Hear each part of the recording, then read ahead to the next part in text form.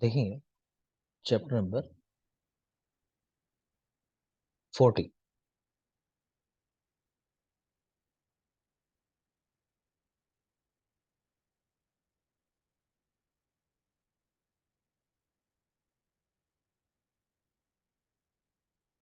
Chapter का नाम है द्रव्य रस गुण वीर्य विपाक विज्ञानी अध्याय। तो इस चैप्टर के अंदर ना ये बताया हुआ है कि क्या चीज प्रधान होती है। तो वैसे तो आप जानते हो कि इन सारी चीजों में द्रव्य रस गुण वीर्य विपाक, इन सब में अगर बात करें सुश्रुत की, तो उन्होंने द्रव्य को प्रधान कहा है ना। और चरक की अगर बात करें, उन्होंने प्रभाव को प्रधान कहा है। लेकिन फिर भी यहाँ पे एक ये है कि जिस रेफरेंस में बात चल रही हो, रस के बारे में बात चले तो रस को प्रधान बता दिया, द्रव्य के बारे में बात चले तो द्रव्य को प्रधान, है ना, कि जिसके सामने जाओ तो उसी की तारीफ करने लगो, कह रहे तुम ही सबसे अच्छे हो। तो ऐसे वाली बात है। तो देखते हैं। तो आपको नंबर याद रखने हैं कि भाई ये चीज प्रधान बताएगी तो क्यों प्रधान बताएगी, कितने कारण है ना, ऐसे नंबर वो याद रखने हैं। देखो, तो द्रव्य के प्राधान्य में नो युक्ति दी है, तो ये नंबर याद होना चाहिए कि द्रव्य क्यों प्रधान होता है। कि भाई नो कारण से प्रधान होता है। कौन से नो कारण है वो कोई आपसे नहीं पूछेगा, लेकिन नो कारण से प्रधान होता है, नो युक्ति है उसमें। लिखिए, आप एक बार नंबर पढ़ लो। क्रिया गुणवत् समवाय कारणम व्यवस्थितत्वाम नित्यत्वाच स्वजातीय अवस्थानाच पंच इंद्रिय ग्रहणाच आश्रितत्वाच आराम सामर्थ्याच शास्त्र प्रमाणांच क्रमापेक्षितत्वांच एक देश साध्यत्वांच। तो ऐसे करके कुछ पॉइंट्स लिखे हुए हैं, डिटेल में जाने की जरूरत नहीं है, नंबर याद रखो। नो युक्ति है द्रव्य के प्राधान्य में। प्लस ये भी याद रखना है कि भदंत नागार्जुन ने तीन युक्ति एक्स्ट्रा दी है। तीन एक्स्ट्रा है उनकी: तारतम योगानुपलब्धि, विकल्प सामर्थ्य और प्रतिघात सामर्थ्य। तो कुल मिला के तीन एक्स्ट्रा है भदंत नागार्जुन की युक्तियां। ये आप क्वेश्चन उठा के देख लो, शायद कहीं कोई क्वेश्चन आज तक नहीं मिला होगा आप लोगों को, कभी आता भी नहीं क्वेश्चन चीजों में, लेकिन फिर भी हम नंबर याद रखते हैं। 9 और भदंत नागार्जुन तीन एक्स्ट्रा, टोटल 12। नेक्स्ट कह रहा है रस को ही गुण भी कहा जाता है। कोई खास बात नहीं है, इसे याद करोगे तो कंफ्यूज हो जाओगे। नेक्स्ट देखिए, रस क्यों प्रधान होता है। तो रस के प्रधान होने में चार युक्ति हैं। द्रव्य में देखिए नो, और रस में चार। नंबर लिख रहे हैं ना, आगे लिखा हुआ है। आगम या शास्त्र के अनुसार उपदिश्यन्ते ही रसा, की रस की हर जगह बात की जाती है अनुमान से। तो ऋषियों के वचन भी ऐसे कहते हैं, ऋषि भी ऐसे कहते हैं। तो रस के प्रधान में चार युक्ति। वीर्य प्रधान में दो माफ करें, दो प्रकार का बता रहे वीर्य: उष्ण शीत या फिर आग्नेय सौम्य। और आठ प्रकार का होता है। ये आठ भी लिखे हैं: शीत उष्ण स्निग्ध रुक्ष विषद पिच्छल और मृदु तीक्ष्ण। तो देख लेना, आप ऑलरेडी पढ़ चुके होंगे। चरक में विषद पिच्छल की जगह गुरु और लघु शब्द मिलता है, ये भी देख लेंगे। एक सवाल का जवाब दिया कि भाई सैंधव जो होता है, कि नमक जो होता है जनरली पित्त को बढ़ाता है, लेकिन सैंधव नमक पित्त का शमन करता है। क्यों करता है? अपने शीत वीर्य होने से, वो शीत वीर्य वाला होता है सैंधव नमक। और मधु जो है वो कफ शामक है, जबकि मधुर है ना। तो वो ऐसा क्यों है, कह रहे हैं रूप शीत होने से।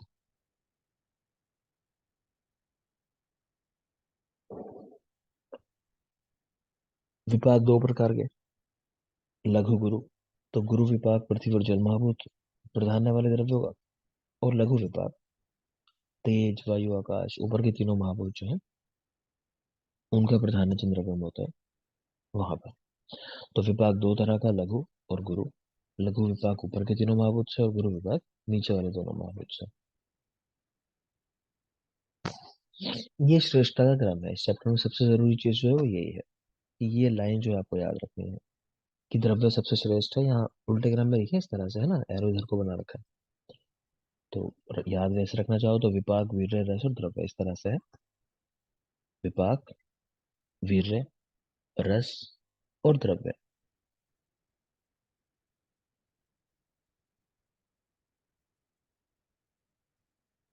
ठीक है ना, तो याद कर लेना, ये याद होना चाहिए। नेक्स्ट देखेंगे चरक और वाग्भट। उन्होंने आचिंत्य को अप्रभा सॉरी आचिंत्य को प्रभाव कहा है, और सुश्रुत ने आचिंत्य को आमीमांस का। इस पे सवाल आ चुका है कि सुश्रुत आचिंत्य के लिए क्या शब्द इस्तेमाल करते हैं, या फिर आचिंत्य को आमीमांस किसने कहा है। दोनों तरह से सवाल आ चुका है। तो सुश्रुत ने आचिंत्य को आमीमांस कहा, और चरक वाग्भट ने आचिंत्य को प्रभाव कहा है।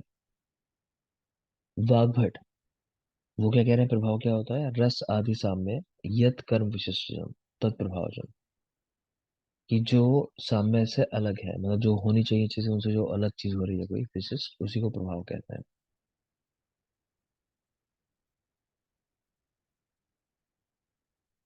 नेक्स्ट देखिए।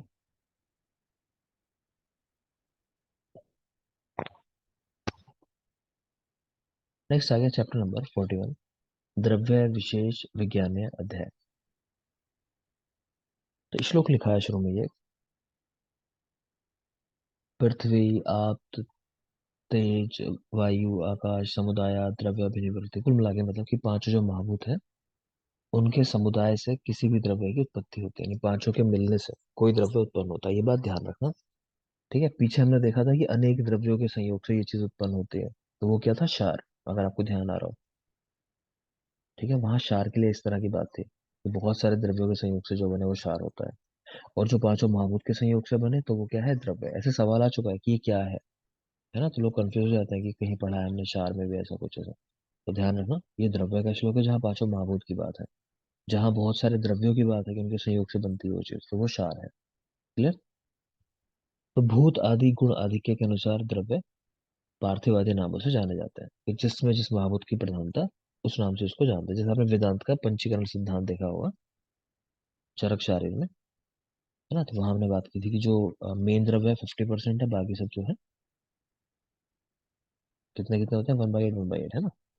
1/8। हम्म।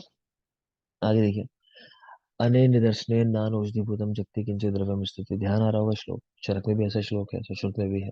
इस तरह से जगत में कोई ऐसा द्रव्य नहीं है जो औषध का काम ना कर सके। सुश्रुत का श्लोक है, आपको मैंने वहां कहा था कि स्थिति करके ऐसा शब्द जो है वो सुश्रुत के श्लोक में मिलता है, तो आइडेंटिफाई कर लेना। ये कुछ बातें लिखी हैं, अब इनका कोई मतलब नहीं, कई बार डिस्कस हो चुकी होंगी। तो ये सुश्रुत की लिखी है, इधर इधर चरक की कुछ बातें लिखी हुई हैं, तो देख लेना, अब याद होगा। मैं नहीं बात कर रहा इसके अभी। सरष्ट मूत्रता, ये देख लोगे, ये बहुत बहुत जरूरी बात है। सरष्ट मूत्रता, ये गुरु विपाक की वजह से होती है चीज। ठीक है, बता चुका हूँ आपको ये भी द्रव्य गुण, लेकिन याद रखेंगे। ठीक है, अधिक मात्रा में मलमूत्र का आना, यानी खुल के मलमूत्र का आना, ऐसा कह लो आप, तो गुरु विपाक की वजह से है। चैप्टर नंबर 42, रस विशेष विज्ञान अध्याय, रस विशेष विज्ञान है। तो महाभूत और उनके गुण लिखे हैं, तो एक बात पहले समझ लोगे, रिसेंटली एक क्वेश्चन आया था, मतलब last to last year exam के अंदर, उसमें पूछा था कि, जैसे बताता हूँ, एक बार पहले देख लो, एक बार कि आकाश का देख रहे हो शब्द गुण है, वायु में देख रहे हो शब्द के बाद स्पर्श भी जुड़ गया जो अपना गुण है वायु का, फिर अग्नि में इन दोनों के साथ रूप भी जुड़ गया, जल में इन सब के साथ रस, और पृथ्वी में इन सब के साथ गंध भी जुड़ गई। ठीक है, तो ये जो गुण दूसरे में मिलता है दूसरे का, मतलब कि वायु का जैसे अपना गुण क्या है, स्पर्श है, लेकिन इसके अंदर शब्द भी मिल रहा है, तो इसको क्या बोला, अनुप्रविष्ट गुण। हाँ बेटा, जो प्रविष्ट हो गया दूसरे के अंदर। तो इस पे सवाल आया था पीछे कि बताओ इनमें से कि वायु का अनुप्रविष्ट गुण कौन सा है, ऐसा करके। तो ऑप्शन रख दिए फिर, शब्द स्पर्श रूप रस, ऐसा चार मान लो। तो शब्द कंसिडर करना है। अगर मैं कहूँ पृथ्वी में कौन सा है अनुप्रविष्ट गुण, तो कौन सा हुआ, शब्द स्पर्श रूप रस। क्लियर है स्पर्श ना। रूप रस। तो चारों हुए, शब्द स्पर्श रूप रस, पृथ्वी की। ठीक है ना। तो उस तरह ही कि जो मेन गुण के अलावा जो भी गुण है उसके अंदर वो अनुप्रविष्ट गुण है, आके उन्होंने प्रवेश किया है उसके अंदर, मतलब ये है कहने का, तो ये बात ध्यान रखना। नेक्स्ट है जल से सभी रसों की उत्पत्ति होती है, जानते हो। महाभूत परस्पर संसर्ग वाले, अनुग्रहण वाले और अनुप्रवेश गुण युक्त होते हैं, मतलब महाभूत एक दूसरे को नुकसान नहीं पहुंचाते, ये किसी द्रव्य में एक साथ ही पांचों महाभूत रहते हैं। ठीक है, तो एक दूसरे के संसर्ग में रहने वाले, एक दूसरे का अनुग्रहण करने वाले, और एक दूसरे में अनुप्रवेश करने वाले होते हैं।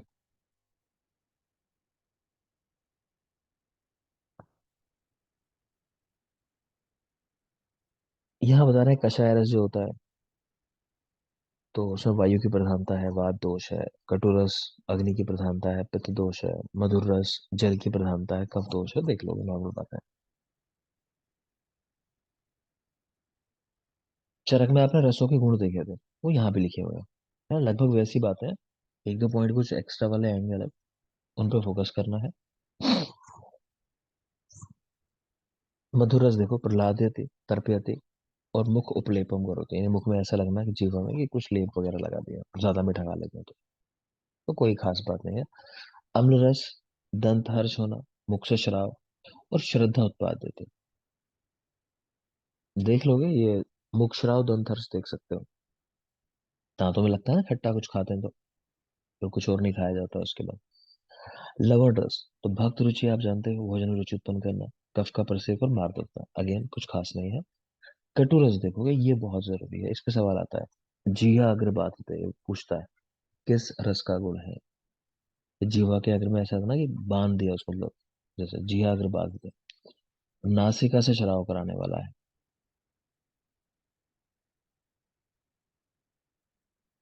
अम्ल रस में मुख से शराब हो रहा था खाली, है ना, खट्टा देख के जीवा से पानी आने लगता है।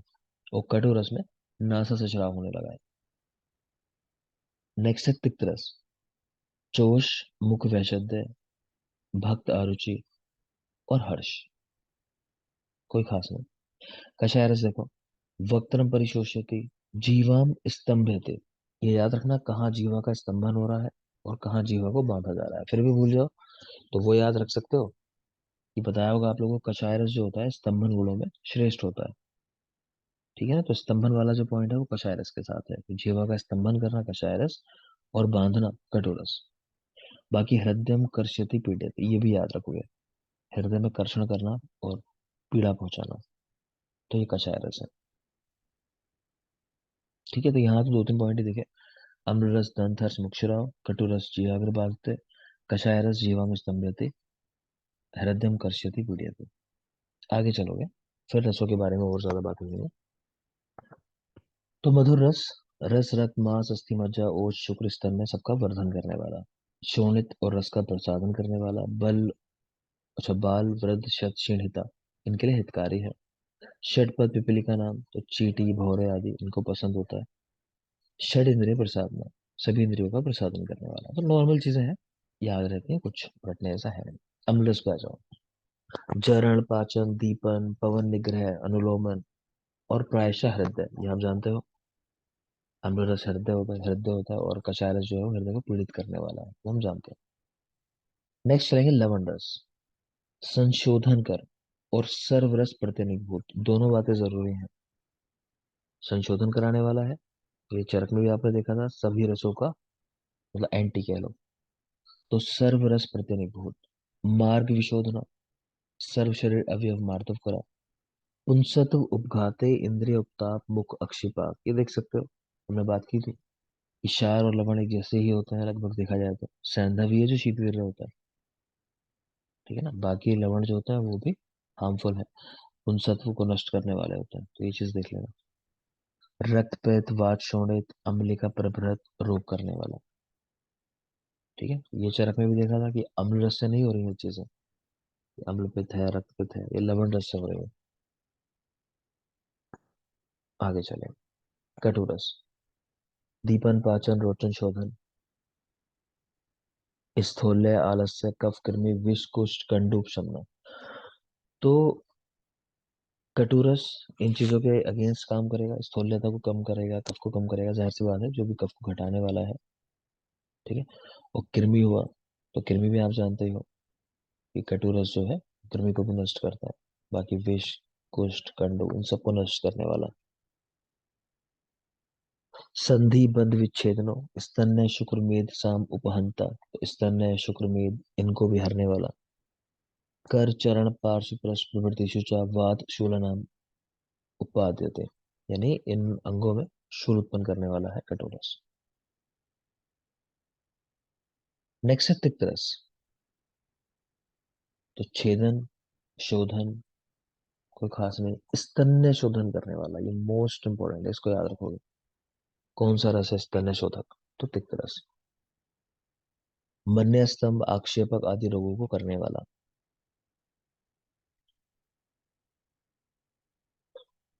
ये रोग कषाय रस में भी लिखे हुए हैं। ठीक है ना, तो ऊपर वाले जो है वो ध्यान कर लेना कि कटु रस के अंदर ये बताया है कर चरण पार्श्व पृष्ठ इन अंगों में शूल होना। बाकी ये मन्य स्तंभ आक्षेपक आदि यानी ब्रेन से संबंधित जो है वो तिक्त और कषाय रस के अंदर है। बाकी अंगों में जो है वो कटु रस से संबंधित है, जो रोग बताए गए हैं। बाकी अम्ल पित्त वगैरह हमने देख लिया, वो लवण रस के अंदर है।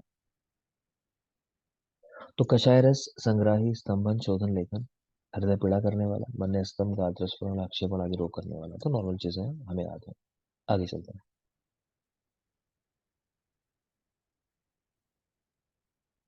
द्रव्य लिखे हैं कि भाई मधुर रस वाले द्रव्य कौन कौन से होते हैं, या फिर गण कौन से हैं जिनमें मेनली मधुर रस वाले द्रव्य हैं। ठीक है, देख लोगे, इनमें भी कुछ ऐसा नहीं बहुत खास हो। तो मधुर रस में काकोल्य आदि गण, शीर, घृत, वसा, मज्जा, ये सब चीज मधुर है। अम्ल में दधि, तक्र जानते होंगे। लवण में यव क्षार, स्वर्जिक क्षार, ये आ जाता है। कटु के अंदर शालसार आदि गण, सुरसा आदि गण, पिप्पल आदि गण, जानते हो पिपली है और तुलसी है, तो कटु ही होते हैं द्रव्य। और शालसार। तिक्त रस वाले द्रव्यों में गुडुचि तो याद ही होगा कम से कम, गुडुचि तिक्त होता है। बाकी आरक आदि गण इसके लिए भी लिख रहे हैं। तो आरक आदि और गुडुचि आदि गण ये तिक्त है। कषाय में नेगरोध आदि, अम्बष्ठा आदि, प्रेंगु आदि, शालसार आदि और त्रिफला आदि।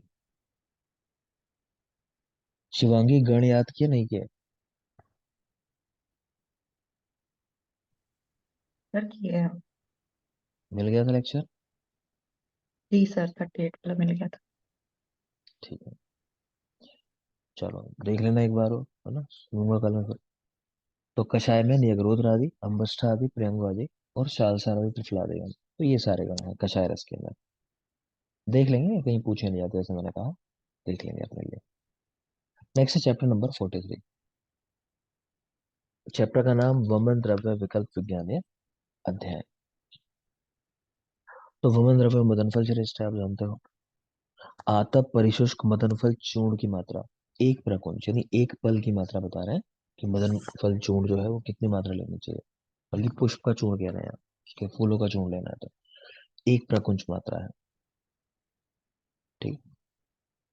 मदन फल, इसको कुशा आदि में कह रहे हैं 8 रात्रि रखना चाहिए पहले। इसके बीजों का चूर्ण करके अंतरनक मुष्टि प्रमाण में लेना चाहिए, आप जानते ही हो।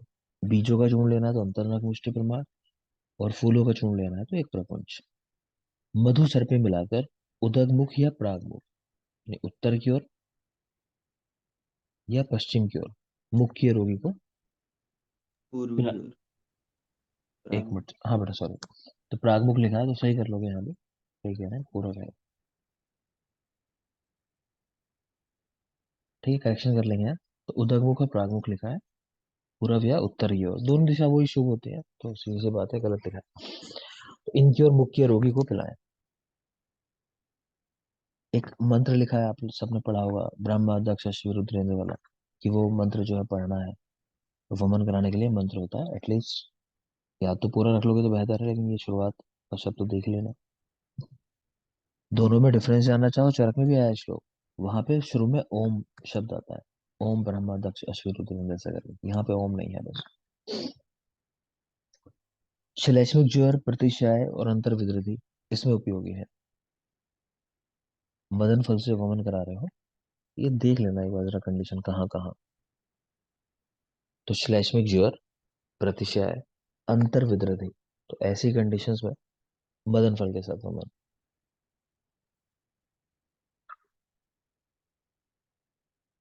कुल 31 योग बताए गए मदन फल के। चरक में 133 है, आपको ध्यान होंगे, 133। यहाँ 31 बताए गए हैं। नेक्स्ट जिमूतक के लिखने की 6 योग होते हैं। जिमूतक 6 योग, तो और कुछ है नहीं इस चैप्टर के अंदर। तो चैप्टर नंबर 43 कंप्लीट हुआ। नेक्स्ट है चैप्टर नंबर 44, विरेचन द्रव्य विकल्प विज्ञानीय अध्याय। तो देखेंगे अगर कौन सा आपको पार्ट लेना है किसी प्लांट का जो श्रेष्ठ है, मतलब जैसे अरुण त्रिवृत को आप श्रेष्ठ कहते हो, है ना, तो उसका मूल श्रेष्ठ है। ये नहीं कि कोई और हिस्सा लेना, हमारे त्वचा से विरेचन कराना है तो वहां अरुण त्रिवृत श्रेष्ठ नहीं है। अगर मूल से विरेचन कराना है तब अरुण त्रिवृत श्रेष्ठ, सही कहना चाह रहे हैं। कि अगर मूल लेना चाह रहे हो विरेचन के लिए तो अरुण त्रिवृत का प्रयोग करो। त्वचा से कराना है तो कह रहे हैं तिलवक की त्वचा से कराना है। फल तो हरित की फल, तेल तो एरंड का तेल, सोरस तो कार्विलक सोरस, दूध दुग्ध तो सुधा, यानी स्नोही। तो ये याद होने चाहिए आपको। तो मूल में अरुण त्रिव्रत श्रेष्ठ है, त्वचा में तिलवक श्रेष्ठ है, फल में हरित की, तेल में एरंड तेल, सोरस में कारविल्लक, और दुग्ध में सुधा यानी स्नोही। इसी चैप्टर में एक 8-9 नंबर श्लोक के अंदर योग आया है। तो वहां शुरू में शब्द आया त्रिवर्णक ऐसा करके। तो वो त्रिवर्णक जो है निषोध के लिए आया है शब्द। ठीक है। तो त्रिवर्णक आदि चूर्ण के साथ त्रिव्रत।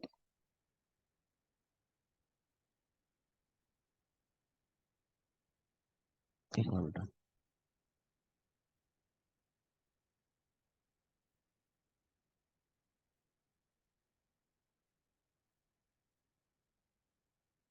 अच्छा सॉरी। ये त्रिवर्णक शायद मैं वो बोल गया ना इसको, त्रिव्रत त्रिव्रत नहीं है, त्रिजात है। त्रिवर्णक जो शब्द है वो त्रिजात है, लिखा भी है नीचे आप देख सकते हो। तो त्रिवर्णक आदि चूर्ण के साथ त्रिव्रत दे रहे हैं यहाँ पे। तो वो कफज रोगों में बताया गया है ये योग।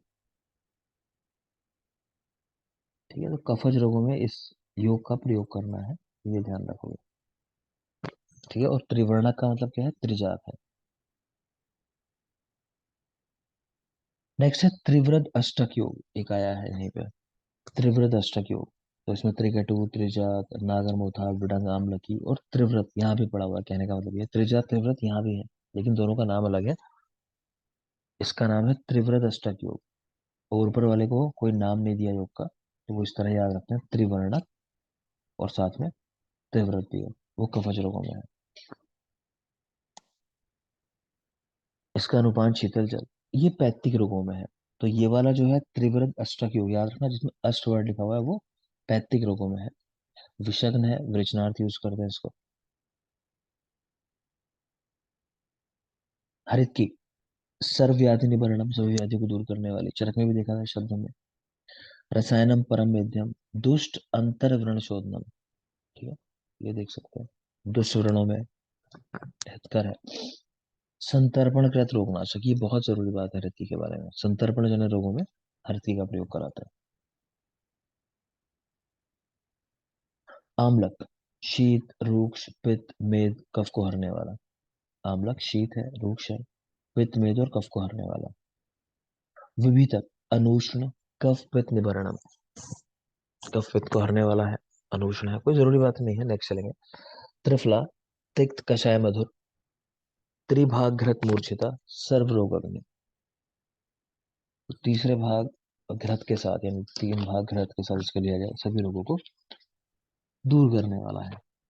देख लेंगे इसको भी।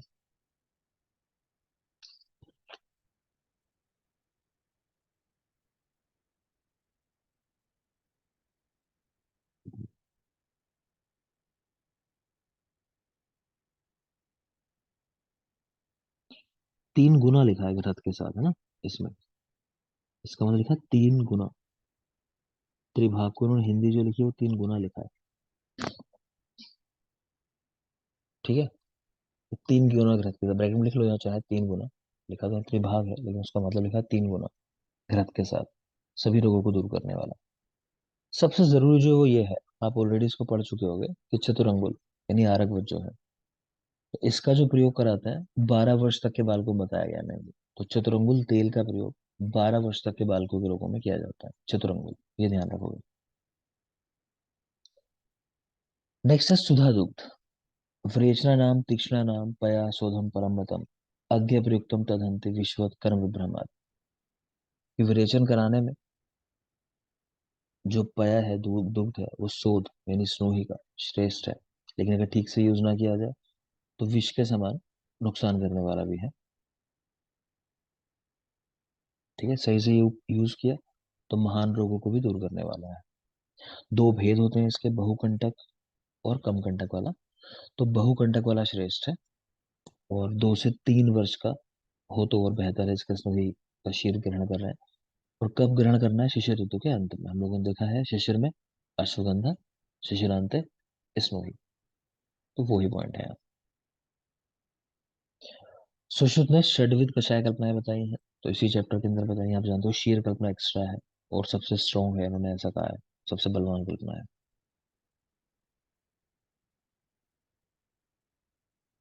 यहाँ द्रव्यों का रचनात्मक वर्गीकरण है। ठीक है, 45-46 चैप्टर तो आपने पढ़ लिया होगा, शायद ये वाली बात नहीं हुई होगी, ये थी बात उसमें, ये वर्गीकरण डिस्कस किया था वहाँ लेक्चर में, नहीं किया? नहीं किया ना? ठीक है, चलो यहाँ देख लेते हैं, देखोगे आप लोग। तो द्रव्यों का रचनात्मक वर्गीकरण, तो चरक सूत्र 27, एक मिनट।